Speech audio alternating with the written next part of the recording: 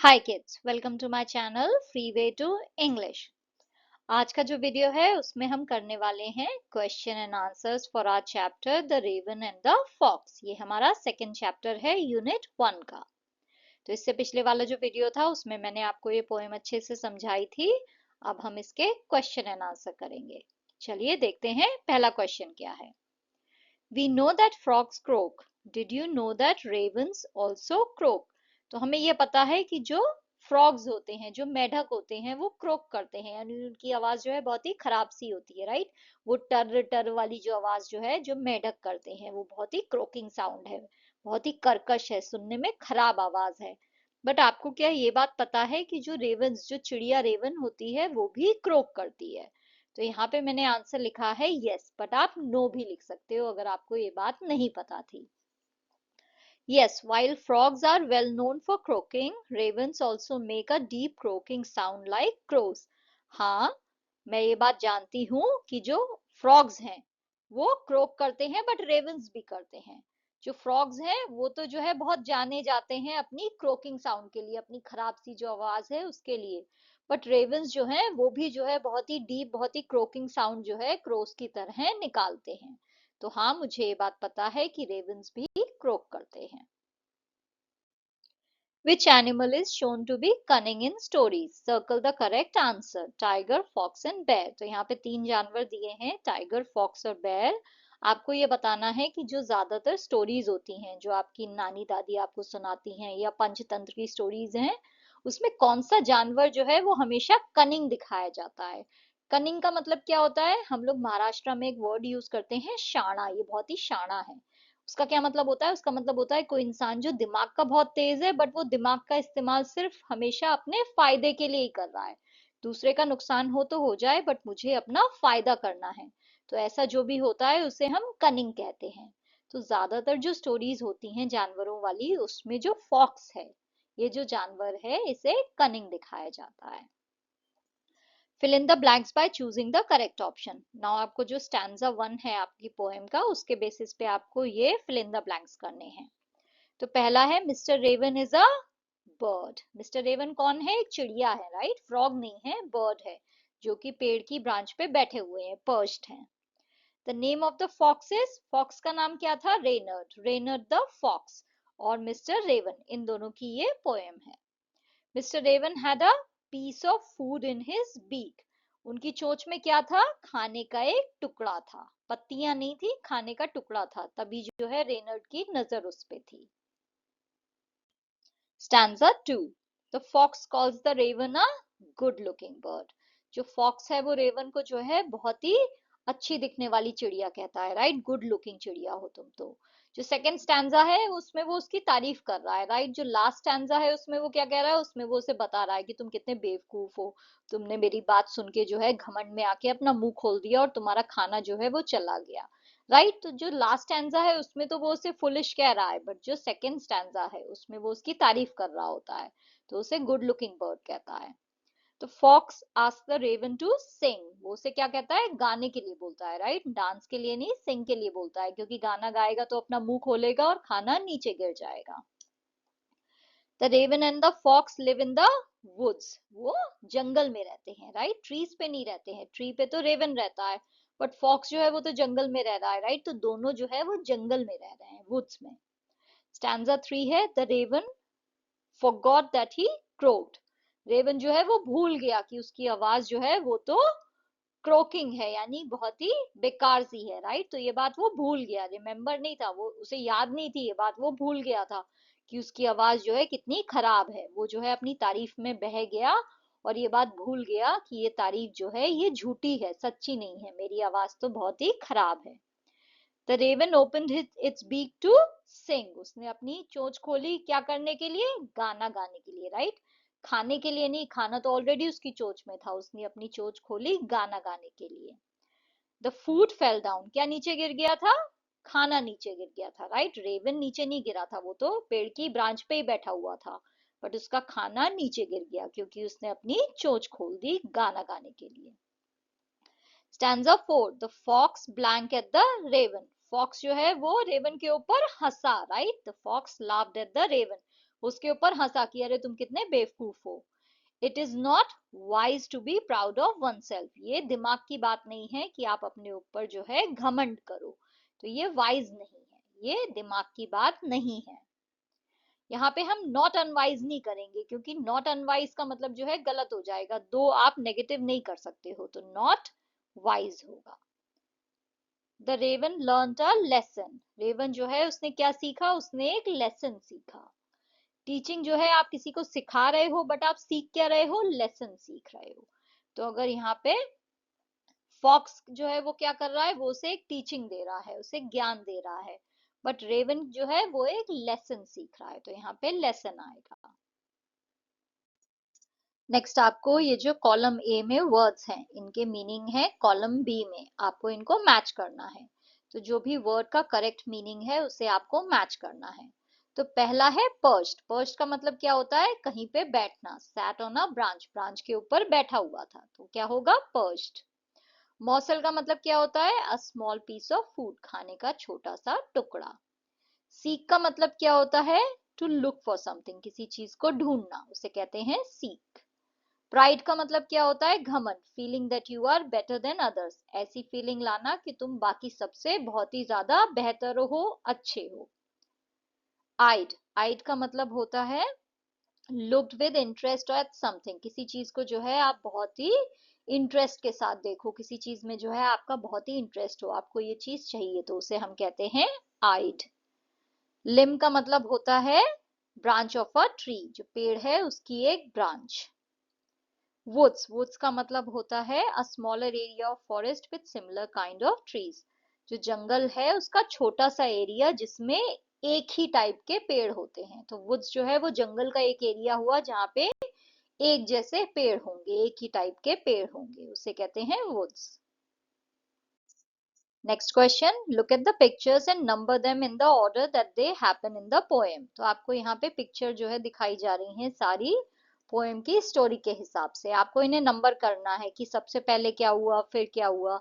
तो सबसे पहले तो ये जो रेवन था, इसके मुंह में जो है खाना आया, इसे कहीं जो है खाना पड़ा हुआ मिला, एक खाने का टुकड़ा जो उसने अपने मुंह में डाल लिया। उसके बाद क्या हुआ, वो पेड़ की ब्रांच पे जाके बैठ गया और रेनर जो है उसकी तरफ देखने लगा। उसके बाद क्या हुआ, उसके बाद ये है थर्ड नंबर की पिक्चर, जिसमें जो है वो उसकी तारीफ करके उसे बोलने लगा कि तुम जो है अगर गाना गाओगे तो सब तुम्हें राजा कहेंगे। तो तारीफ सुन के ये जो है रेवन, इसने क्या किया, इसने गाना गाना चालू करा, और ये देखिए खाने का जो टुकड़ा है वो उसके मुंह से गिर गया है, नीचे गिर रहा है, यहाँ पे देखिए इसके मुंह में नहीं है, यहाँ पे है। तो इसने तारीफ करी, तो इसने गाना गाया, और अब ये टुकड़ा जो है नीचे गिर रहा है।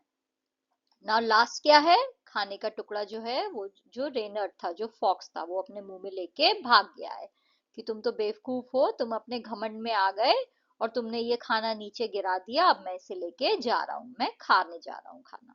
तो ये है फर्स्ट पिक्चर हमारी, ये है सेकेंड, ये है थर्ड एंड ये है फोर्थ। यहाँ पे देखिए ऐसे आपको नंबरिंग करनी है, ये जो बॉक्स है इसमें नंबर्स लिखने हैं। Read the following lines and answer the questions that follow. आपको ये लाइन्स दी हैं, इनके बेसिस पे क्वेश्चन के आंसर देने हैं। तो लाइन है, sir Raven you are a handsome bird, such feathers if you would only sing, the birds of these woods would call you a king. Such feathers refer to, such feathers का मतलब यहाँ पे क्या है, उसका मतलब है shiny and beautiful feathers, आपके जो पर हैं वो कितने चमकदार और कितने खूबसूरत हैं, राइट। वो तारीफ कर रहा है, तो ब्लैक एंड डल क्यों कहेगा कि बेकार से, बहुत ही बेकार से लग रहे हैं काले रंग के, ये थोड़ी कहेगा, राइट। वो तो तारीफ कर रहा है उसके परों की। ग्रे एंड लॉन्ग भी नहीं कहेगा, तारीफ करनी है, ऐसे क्यों कहेगा कि ग्रे से लग रहे हैं। शॉर्ट एंड अनअट्रैक्टिव भी नहीं कहेगा, राइट, कि कितने छोटे पर हैं, कितने बेकार से लग रहे हैं, वो तो तारीफ कर रहा है उसके परों की। तो क्या है, उसका मतलब है यहाँ पे shiny and beautiful feathers. Why would the birds of the woods call the raven king? जो जंगल की चिड़िए हैं वो रेवन को राजा क्यों बोलेंगी? The fox flatters the raven by saying that if he could sing, the birds of the forest would admire him so much that they would make him their king. तो जो लोमड़ी थी, जो फॉक्स था, वो जो है रेवन को जो है ऐसी झूठी तारीफ कर रहा था, उसे मक्खन लगा रहा था। फ्लैटर का मतलब होता है झूठी तारीफ करना, किसी को मक्खन लगाना। तो उसकी झूठी तारीफ करते हुए वो जो है रेवन से कह रहा था कि अगर तुम गाना गाना जो है चालू कर दो, अगर तुम गाना गा दो, तो जितनी भी चिड़िए हैं इस जंगल की, वो सब जो है वो तुम्हारी इतनी तारीफ करेंगी, इतना हैरान हो जाएंगी तुम्हारी खूबसूरती और तुम्हारे गाने को सुन के, कि वो तुम्हें जो है अपना राजा बना लेंगी। Why does the fox address the raven as sir? जो फॉक्स है, जो लोमड़ी है, रेनर्ड है, वो रेवन को सर कह के क्यों बुलाता है, उसे एड्रेस जो है सर कह के क्यों करता है? तो fox addresses the raven as sir to show false respect and make him feel important. जो लोमड़ी है वो रेवन को जो है सर कह के इसलिए बुलाता है क्योंकि वो उसकी जो है झूठी रिस्पेक्ट दिखाना चाह रहा है, कि देखिए मैं आपकी कितनी रिस्पेक्ट करता हूँ, मैं जो हूँ आपको कितना इम्पोर्टेंट समझता हूँ, आप कितने इम्पोर्टेंट हो, कितने महत्वपूर्ण हो आप दुनिया के लिए, जो है आप कितने बड़े इंसान हो। तो उसकी झूठी तारीफ करने के लिए, उसे झूठा रिस्पेक्ट दिखाने के लिए, फॉल्स रिस्पेक्ट यानी झूठा आदर सम्मान, झूठा रिस्पेक्ट दिखाने के लिए जो है वो उसे सर कहता है। अगर मुझे आपकी झूठी तारीफ करनी है तो मैं आपको बड़ा बड़ा चढ़ा के कहूंगी ना, सर अरे आप कितने अच्छे लग रहे हो, मैम आज तो आप बहुत ही सुंदर लग रही हो। तो ये जो है ये सिर्फ जो है वो उसे उल्लू बनाने के लिए कर रहा था। This flattery is meant to fool the raven into opening his beak and dropping the food. ये जो उसने चमचागिरी करी, जो फ्लैटरी करी, उसका सिर्फ एक ही मकसद था कि रेवन को उल्लू बना के जो है उसका मुंह खुलवा के उसका खाना नीचे गिरवा दे। तो जो फॉक्स था उसका बस एक ही मकसद था ये सब करने के पीछे, उसे वो जो है राजा भी कहने लगा, उसे वो ये भी कहने लगा कि आप तो सर हैं, कितने अच्छे हैं। ये सब सिर्फ इसलिए था कि रेवन अपना मुंह खोल के खाना नीचे गिरा दे। The raven, who did not see the joke, forgot that his voice was just a croak. He opened his beak in his foolish pride. तो यहाँ पे आपको ये स्टैंजा दिया है, इसके बेसिस पे आपको ये सारे क्वेश्चंस के आंसर देने हैं। तो पहला है, why did the raven open his beak? जो रेवन था उसने अपनी चोंच क्यों खोली? The raven opened his beak because he was flattered by the fox's words and wanted to prove that he could sing. क्योंकि जो है उसकी ये जो इतनी तारीफ हुई थी, उसमें जो है वो अपनी तारीफ में बह गया था, उसके जो शब्द थे, जो फॉक्स ने उसकी इतनी तारीफ करी थी, उसमें जो है वो बिल्कुल फ्लैटर हो गया था, बिल्कुल जो है उसकी बातों में आ गया था, और अब जो है वो प्रूव करना चाहता था कि वो गाना भी गा सकता है। Complete the following with one word from the given lines. यहाँ पे जो है आपको क्या दिया है, फॉक्स को क्लेवर बोला है, राइट? तो फॉक्स जो है वो आपकी पोएम में चालाक दिखाया गया है, उसके पास बहुत दिमाग है, तो वो चालाक है। रेवन क्या है? रेवन फुलिश है। देखिए यहाँ पे दिया हुआ है फुलिश। फुलिश क्यों है? क्योंकि वो जो है अपनी तारीफ सुन के जो है बिल्कुल आसमान पे चढ़ जाता है, और बेवकूफी में ये बात भूल जाता है कि उसकी आवाज इतनी बेकार है, और गाना गाने लगता है जिससे उसका खाना नीचे गिर जाता है। तो वो क्या है? फुलिश है, बेवकूफ है। Why does the raven forget that his voice is just a croak? Raven ये बात क्यों भूल जाता है कि उसकी आवाज जो है वो बहुत ही बेकार है? The raven forgets that his voice is just a croak because he is blinded by pride and false praise given by the fox. तो वो इस चीज को इसलिए भूल जाता है कि उसकी आवाज इतनी बेकार है, क्योंकि जो है वो बिल्कुल अपने घमंड में अंधा हो गया है। तो ये जो उसकी इतनी तारीफ करी है, फॉक्स ने जो झूठी झूठी तारीफ करी है, इससे जो है वो घमंड में अंधा हो गया है, इसलिए वो भूल जाता है कि उसकी आवाज बहुत ही बेकार है। How does the Reynard make the raven sing? Reynard जो है रेवन को गाना कैसे गाने के लिए तैयार कर देता है? Reynard the fox cleverly flatters the raven by praising his appearance and saying that if he could sing, he would be the king of the birds. तो रेनर जो फॉक्स है वो जो है बहुत ही चालाकी से जो है रेवन की झूठी तारीफ करता है, उसे मक्खन लगाता है, और उसकी तारीफ करके कहता है कि आप कितने अच्छे हो देखने में, अगर आप जो है बस गाना भी गा लो तो आप इस जंगल के राजा बन जाओगे, तो चिड़ियों के आप राजा होगे अगर आप गाना भी अच्छा सा गा दो। Why does Reynard say that pride is not wise? रेनर्ड ये क्यों कहता है कि जो घमंड है वो अच्छी चीज नहीं है? Reynard says that pride is not wise because it makes people or animals act foolishly and leads them to make mistakes. रेनर्ड उससे ये जो है इसलिए कहता है कि जो घमंड है वो अच्छी चीज नहीं है, क्योंकि उससे क्या होता है, घमंड में लोग जो है, लोग या जानवर जो है वो आके जो है बेवकूफी वाली चीजें कर देते हैं और गलती कर देते हैं। तो जब कोई जो है आपकी झूठी तारीफ करे और आप जो है बिल्कुल उसमें खो जाओ, आप घमंड में आ जाओ, आपके दिमाग में आ जाए अरे मैं बहुत ही अच्छा हूँ, बहुत ही बढ़िया हूँ, तो आप हर चीज पे जो है ध्यान नहीं दोगे, जो है केयरलेसली चीजें करने लग जाओगे। अगर मैं आपसे कह दूं ना कि अरे यार तुम तो बहुत ही अच्छे हो, तुम तो मैथ्स में बहुत अच्छा करते हो, तुम्हें तो सारे क्वेश्चंस आते हैं, फटाफट कैलकुलेशन कर देते हो, तो आप क्या करोगे, आप जो है इतने घमंड में आ जाओगे, आपको इतना जो है ओवर कॉन्फिडेंस आ जाएगा कि आप मिस्टेक्स करने लग जाओगे, क्योंकि आप चीजें जो है केयरलेसली करोगे और गलतियां कर दोगे। In this case the Ravens pride made him lose his food. यहाँ पे देखिए इस केस में क्या हुआ, रेवन जो है वो घमंड में आके अपना खाना जो है वो उसने खो दिया। Give one reason why the teaching is quite a surprise. आपको एक कारण बताना है, एक रीजन कि ये जो टीचिंग है, ये जो उसने उसको सिखाया, ये जो है बहुत ही सरप्राइजिंग था, बहुत ही हैरान करने वाली चीज थी। तो ये सरप्राइज इसलिए है क्योंकि रेवन जो है उसे तो ये लग रहा था कि उसकी तारीफ हो रही है, बट उल्टा हो क्या रहा था, ही वॉज बींग ट्रिक्ड, उसे तो जो है उल्लू बनाया जा रहा था, उसे तो जो है फॉक्स जो है वो फंसा रहा था। He did not expect that his pride would lead to his loss. Raven ने ये बात तो सोची ही नहीं थी कि उसका जो घमंड है उसकी वजह से उसका नुकसान हो जाएगा। Imagine someone praises you too much, how would you react. आपको ऐसे इमेजिन करना है कि कोई आपकी बहुत ज्यादा तारीफ कर रहा है, तो आप कैसे रिएक्ट करोगे, क्या करोगे कोई आपकी अगर बहुत ज्यादा तारीफ करे तो। If someone praises me too much, I would be cautious and try to understand their intentions.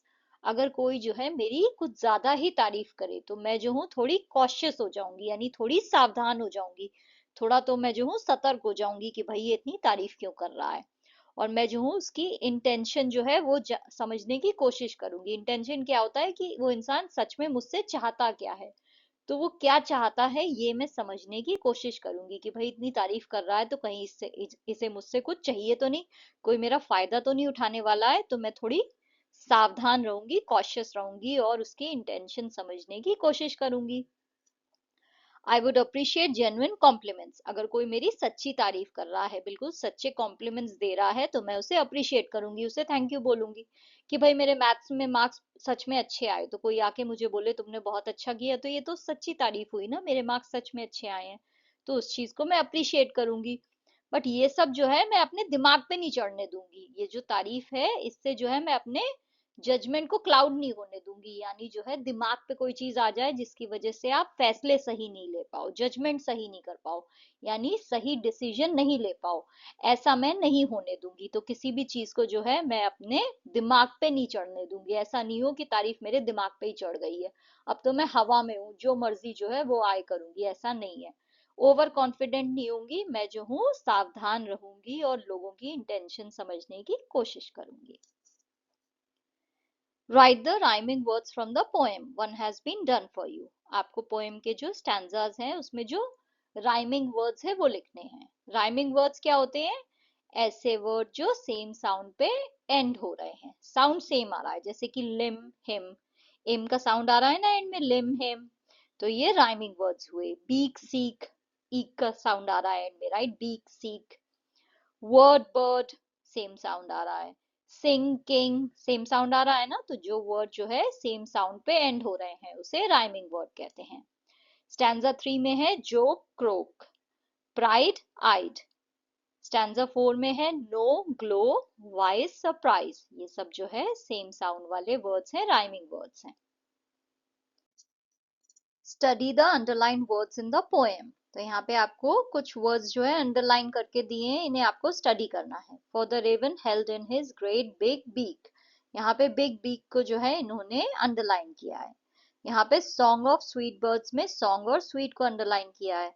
तो यहाँ पे क्यों आपको ये अंडरलाइन करके बताया है, क्योंकि ये जो वर्ड्स हैं इसमें सेम साउंड रिपीट हो रहा है, बिग बीक में ब का साउंड जो है रिपीट हो रहा है, सॉन्ग ऑफ स्वीट बर्ड्स में जो है सा का साउंड जो है वो रिपीट हो रहा है, सॉन्ग एंड स्वीट में, राइट। तो जो साउंड है वो रिपीट हो रहे हैं।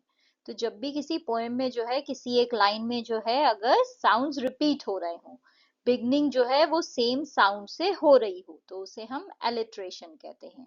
ये एक फिगर ऑफ स्पीच है।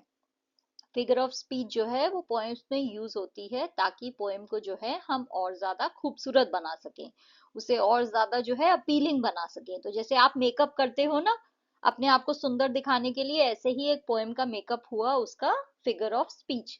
तो यहाँ पे ये जो पोएम है आपकी, इसमें एलिट्रेशन का यूज हुआ है। एलिट्रेशन क्या होता है? जब भी किसी लाइन में जो है दो या दो से ज्यादा वर्ड्स जो है वो सेम जो है साउंड से स्टार्ट हो रहे हैं। तो जैसे यहाँ पे है बिग बीक इस लाइन में, तो ब का जो साउंड है रिपीट हो रहा है, यहाँ पे स का हो रहा है। तो ये जो है ये एलिट्रेशन कहलाता है। नाउ याद रखना है ये जो साउंड है ये कॉन्सोनेंट साउंड्स होने चाहिए, यानी ए ई आई ओ यू, ये जो वॉल्स हैं इनके साउंड को छोड़ के बाकी सारे जो साउंड हैं वो अगर रिपीट हो रहे हो किसी लाइन में एक से ज्यादा बार, यानी दो या दो दो तीन चार कितनी भी बार रिपीट हो रहे हो, एक बार से ज्यादा है, तो वो जो है उस लाइन में कौन सा फिगर ऑफ स्पीच है? एलिट्रेशन है।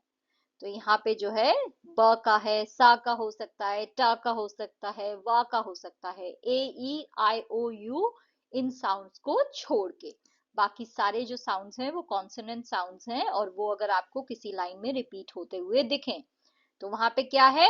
एलिट्रेशन। नाउ आपको स्टैंजा 2 में जो है एक ऐसी लाइन जो है वो यहाँ पे लिखनी है जिसमें एलिट्रेशन का यूज हुआ हो।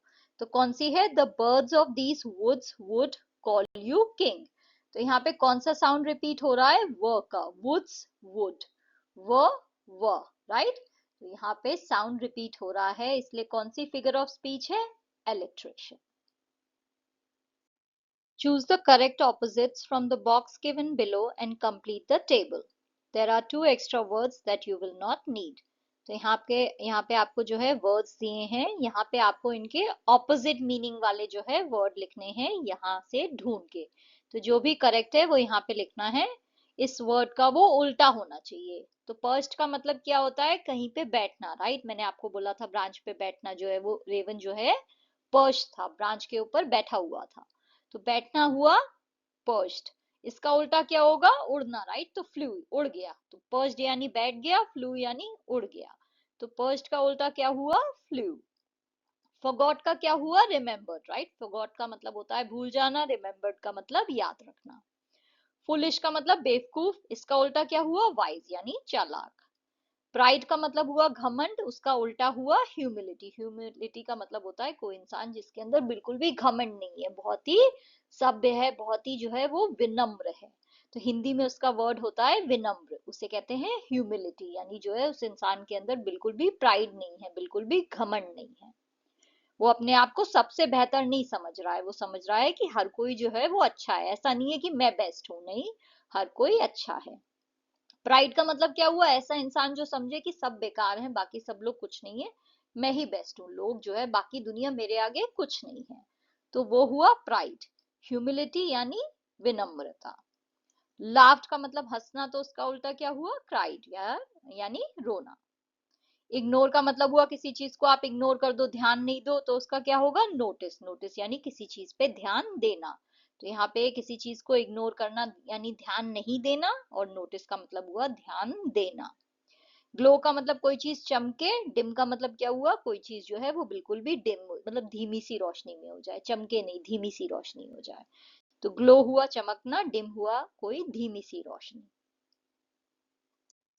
नेक्स्ट, अभी जो आपने ऑपोजिट वर्ड्स लिखे उसमें से जो है चार वर्ड्स का यूज करके आपको सेंटेंसेस बनाने हैं। तो आपको चार सेंटेंसेस बनाने हैं चार वर्ड्स का यूज करके, जो आपने ऑपोजिट अभी लिखे थे। तो यहाँ पे मैंने वाइज, रिमेम्बर्ड, डिम और क्राइड से सेंटेंस बनाए हैं। The wise old man gave us great advice. वो जो बुद्धिमान बूढ़ा इंसान था उसने हमें जो है बहुत अच्छी सलाह दी। She remembered to bring her notebook to class. उसे याद रहा उसकी नोटबुक क्लास में लाने के लिए। The candle's light began to dim as the night progressed. जैसे जैसे रात जो है वो बढ़ती गई, रात जो है और ज्यादा होती गई, जो कैंडल की रोशनी थी वो धीरे धीरे डिम होती गई, कम होती जा रही थी, क्योंकि कैंडल जो है वो जल रही होगी, तो अब बुझने का टाइम आ रहा है, तो धीरे धीरे रोशनी जो है डिम होने लगी, कम होने लगी। The little boy cried when he lost his toy. जो छोटा बच्चा था वो रोने लगा जब उसका खिलौना जो है वो खो गया। नाउ नेक्स्ट जो है आपको एक ट्रांसक्रिप्ट दी है आपकी बुक के पेज 37 पे। तो ये है वो ट्रांसक्रिप्ट। ट्रांसक्रिप्ट क्या होता है? कोई कुछ डायलॉग बोले तो उसका रिटन वर्जन वो लिखी हुई हो। तो यहाँ पे ये आपकी टीचर जो है आपको बोल के बताएंगी, ओके, ये वो रीड करेंगी। आपको इसे सुन के जो है इन क्वेश्चन के आंसर देने हैं कि ये जो स्टेटमेंट्स हैं ये ट्रू हैं या फॉल्स हैं। तो यहाँ पे देखिए पहला है the crow was unhappy that he lost his food.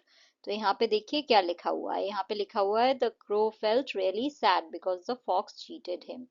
तो वो जो है सैड था, राइट, तो वो जो है अनहैप्पी था। अनहैप्पी और सैड एक ही बात हुई, तो ट्रू है ये statement.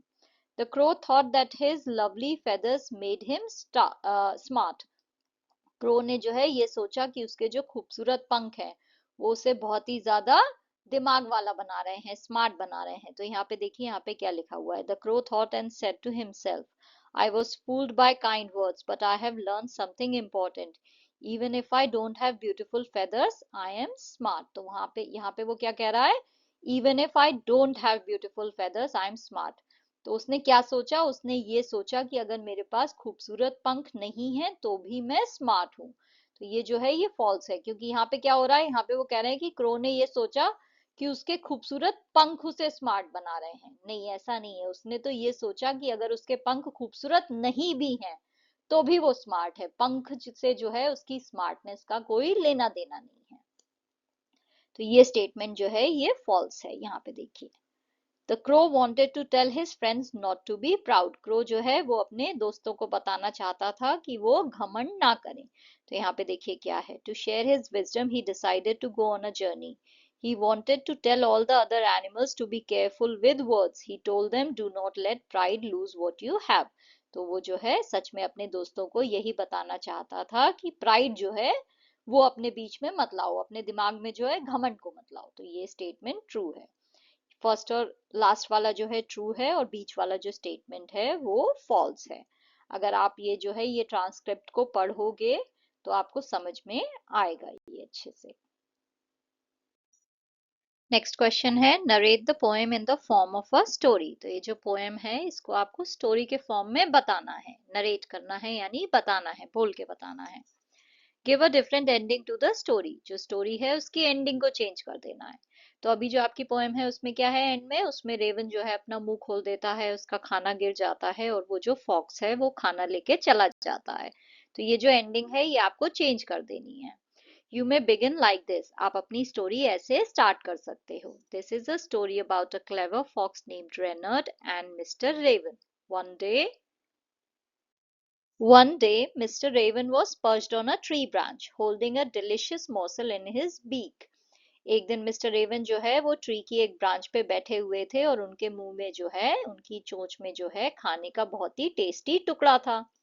Reynard, walking through the forest, noticed the food and wanted to trick the raven into dropping it. रेनर्ड जो है वो जंगल से चलता हुआ जा रहा था तो उसने जो है वो खाना देखा। तो उसने जो है सोचा कि मैं इस रेवन को जो है ट्रिक लगा के जो है खाना इसके मुंह से नीचे गिरवा देता हूँ। Reynard looked up at the raven and said. Reynard ने जो है रेवन की तरफ जो है ऊपर मुंह करके देखा और कहा, good morning Mister Raven, you look absolutely magnificent today. आज तो आप बहुत ही शानदार लग रहे हो। Your feathers shine like the blackest silk. आपके जो पर हैं वो तो बिल्कुल काले सिल्क की तरह चमक रहे हैं। If only you could sing. अगर बस आप गा सकते। You would be the king of all birds. आप सारी चिड़ियों के राजा बन जाते। Mister Raven, flattered by the praise, almost opened his beak to caw. Mister Raven जो है वो ये जो है तारीफ सुन के बिल्कुल खुश हो जाते हैं और वो जो है बस अपनी चोंच जो है वो बस खोलने ही वाले होते हैं काव काव करने के लिए, कॉ यानी वो साउंड निकालने के लिए। But just as he was about to do so he remembered the trick of fox's. But जैसे ही वो ये करने वाले थे उन्हें याद आता है कि ये जो लोमड़ी है ये कितनी चालाक होती हैं, ये हमेशा जो है उल्लू बनाती हैं, ट्रिक्स लगा के लोगों को उल्लू बनाती हैं। He remain silent gripping his food tightly. तो वो जो है बिल्कुल चुप रहते हैं, कुछ भी नहीं बोलते हैं और अपना खाना जो है वो टाइटली अपनी चोंच में जो है पकड़े रहते हैं, ग्रिप करे रहते हैं, टाइटली जो है पकड़े रहते हैं। Seeing that his first trick had failed, Reynard tried again. तो रेनर देखता है कि उसकी पहली ट्रिक जो है वो तो फेल हो गई है, तो वो दोबारा ट्राई करता है। O mighty raven, surely a bird as grand as you would not mind sharing just a little of his wisdom. or perhaps a piece of his meal. अरे महान रेवन, आप जो है इतनी शानदार चिड़िया हैं, तो आप जैसी इतनी शानदार चिड़िया, उसे बुरा तो नहीं लगेगा वो जो है अगर अपना थोड़ा सा ज्ञान जो है हमारे साथ शेयर कर ले? तो आप कुछ बोल के अपना कुछ ज्ञान हमें बांटो, कुछ हमें बताओ, या फिर अगर आपका कुछ खाना ही आप हमारे साथ शेयर कर लो, राइट? आप तो कितने महान हो, आप तो कितने शानदार हो, तो आप जो है अपना ज्ञान और अपना खाना हमारे साथ शेयर कर सकते हो। But the raven still did not respond, but वो जो रेवन था वो फिर भी कोई जवाब नहीं देता है। रेनर्ड realized that his tricks would not work today, तो रेनर्ड को रियलाइज होता है, उसे समझ में आता है कि उसकी जो ट्रिक्स हैं वो आज काम नहीं करेंगी। With a sigh, he walked away, leaving the raven to enjoy his well-earned meal. तो जो है वो ऐसे ही आह भरते हुए जो है, ऐसे ही बस निराश होते हुए जो है वो वहां से चला जाता है, और रेवन को जो है छोड़ देता है, ताकि वो जो है उसने ये जो इतना अच्छा खाना जो है वो ढूंढ के लाया है वो उसे खा के एंजॉय कर सके। The raven had learned an important lesson. जो रेवन था उसने बहुत ही दिमाग वाला एक लेसन आज सीखा था। Never fall for false flattery, कभी भी जो है झूठी प्रशंसा में जो है आपको नहीं पड़ना है। कोई आपकी झूठी तारीफ करे, फॉल्स फ्लैटरी हो, झूठी तारीफ हो, तो उस पे जो उसको जो है सुन के कभी भी जो है अपने दिमाग पे नहीं आने दो, उसे जो है दिमाग पे नहीं चढ़ने दो। ऐसे नहीं है कि उसे सुन के आप बिल्कुल जो है अपना दिमाग खो दो और जो है बेवकूफी में कुछ भी कर दो। तो कभी भी उस चीज के भ्रम में नहीं आना है। कोई अगर आपकी जो है झूठी तारीफ करे तो आप कभी भी जो है उस पर ध्यान मत दो, उसे इग्नोर कर दो। झूठी तारीफ का मतलब है वो इंसान आपको फंसा के कुछ ना कुछ तो आपको उल्लू बनाएगा, कुछ वो जो है अपना काम निकाल लेगा। तो never fall for it, okay? कभी भी जो है उस धोखे में मत आओ। Now write the story you narrated in the form of conversation. Remember to write only the actions for Raven, as he has food in his mouth and does not speak. You may begin like this. तो अब ये जो story है इसे जो है आपको conversation के फॉर्म में लिखना है। यानी जैसे नाटक होता है ना, उसमें जो है कौन सा कैरेक्टर क्या कह रहा है, तो आप कैरेक्टर का नाम लिख के फिर डायलॉग लिखते हो। तो ऐसे जो है आपको इस स्टोरी को लिखना है। और याद रखना है कि जो रेवन है उसके खाली एक्शंस लिखने हैं, यानी वो क्या कर रहा है ये बताना है, क्योंकि उसके मुंह में खाना है ना, तो वो तो कुछ बोल नहीं सकता है। तो जो आप डायलॉग्स लिखोगे, जो कॉन्वर्सेशन है, उसमें रेनर जो है वो बोलेगा, बट मिस्टर रेवन जो है वो बस इशारे करेंगे, तो उनके बस इशारे लिखने हैं। तो ऐसे जो है आपको ये स्टोरी कॉन्वर्सेशन के फॉर्म में लिखनी है। चलिए देखते हैं मैंने कैसे लिखा है। Good morning Mister Raven, you seem to be awake so early. Good morning Mister Raven, आप तो लग रहा है आज बहुत जल्दी उठ गए हैं। Mister Raven just nods his head, Mister Raven जो है बस अपना सर हिलाते हैं। नॉड का मतलब होता है सर बस हिलाना, बस हाँ करना। नॉडिंग का मतलब हुआ आप हाँ में जो है सर हिलाओ। Reynard, O mister Raven, you look so grand today. अरे मिस्टर रेवन, आप तो आज बहुत ही शानदार लग रहे हैं। Your feathers are shining like black silk, आपके पर जो है वो काले सिल्क की तरह चमक रहे हैं। Mister Raven tilts his head but remain silent, Mister Raven जो है वो अपना सर जो है एक साइड जो है झुका लेते हैं। टिल्ट का मतलब झुकाना, तो एक साइड झुका लेते हैं, बट वो चुप रहते हैं, कुछ कहते नहीं है, बस सर झुकाते हैं। Rainer, truly, if you could sing, you would be crowned the king of all birds. Would you bless the forest with a song? सच में अगर आप गा सकते तो जो है आप तो सच में सारी चिड़ियों के राजा बन जाते। क्या आप जो है इस जंगल को जो है अपने गाने से जो है ब्लेस करना चाहेंगे? क्या आप हमें एक खूबसूरत गाना सुनाना चाहेंगे? Mister Raven tightens his grip on the morsel and stays quiet, तो मिस्टर रेवन जो है वो उनके मुंह में जो खाने का टुकड़ा है उसे और कस के पकड़ लेते हैं और चुप रहते हैं। Reynard, O mighty and wise raven, surely a bird of your greatness would not mind sharing a small bite of his meal. अरे ओ शानदार और बहुत ही बुद्धिमान रेवन, आप जैसी चिड़िया जो है, जो इतनी महान है, इतनी ग्रेट है, वो जो है वो तो बुरा नहीं मानेगी ना अगर आप जो है अपना खाने का जो है एक छोटा सा टुकड़ा मेरे साथ शेयर कर लो। तो मिस्टर रेवन क्या करते हैं? Mister raven shakes his head holding on to his food even tighter, तो वो जो है अपना सर हिला के ऐसे ना करते हैं, और जो है अपने खाने को जो है और टाइटली पकड़ लेते हैं अपनी चोंच में। Reynard sighs, ah well, it seems you are not only handsome but also wise. तो जो रेनर्ड है वो कहता है आह भरते हुए, साइज का मतलब होता है ऐसे आह भरना, ऐसे करना। तो ऐसे करके जो है वो कहता है, अरे अच्छा लगता है कि आप जो है सिर्फ हैंडसम ही नहीं हो बल्कि बहुत ही बुद्धिमान भी हो, वाइज भी हो। I shall leave you to enjoy your feast, मैं जो हूँ आपको यहाँ से जो है, मैं अब आपको जो है यहाँ छोड़ के चला जाता हूँ ताकि आप जो है अपना खाना एंजॉय कर सको। Reynard walks away realising that today his tricks have failed, तो रेनर्ड जो है वहां से चला जाता है ये रियलाइज करते हुए कि उसकी जो ट्रिक्स थी वो आज जो है फेल हो गई हैं, आज उसकी ट्रिक जो है काम नहीं आई, वो जो है रेवन को उल्लू नहीं बना पाया। नेक्स्ट यहाँ पे आपको ओरिगेमी दी गई है। ओरिगेमी क्या है? Japanese paper folding art. तो जापानीज लोग जो है वो पेपर को ऐसे फोल्ड करके जो है अलग अलग ऑब्जेक्ट्स बनाते हैं, अलग अलग एनिमल्स बनाते हैं। तो यहाँ पे जो है आपको ओरिगेमी के थ्रू जो है फॉक्स को बनाना और रेवन को बताना वो बताया गया है। तो आपको जो है इन दोनों चीजों को बना के पपेट की तरह इन्हें बनाना है। तो या तो फिंगर में या फिर जो है स्टिक में इनको लगा के जो है आपको ये जो पोएम है वो इनएक्ट करके दिखानी है। तो ये जो फॉक्स है और जो रेवन को बनाने का जो तरीका है ओरिगेमी के थ्रू, वो आपको यूट्यूब पे मिल जाएगा। यूट्यूब पे अगर आप ओरिगेमी वीडियो सर्च करोगे फॉर फॉक्स एंड रेवन तो आपको मिल जाएंगे। तो ऐसे जो है आप ये पपेट्स बनाओ और इस पोएम को जो है इनएक्ट करो। ये एक्टिविटी बच्चों को खुद से करनी है। Thank you for watching. If you liked the video, please like, share and subscribe the channel. Thank you.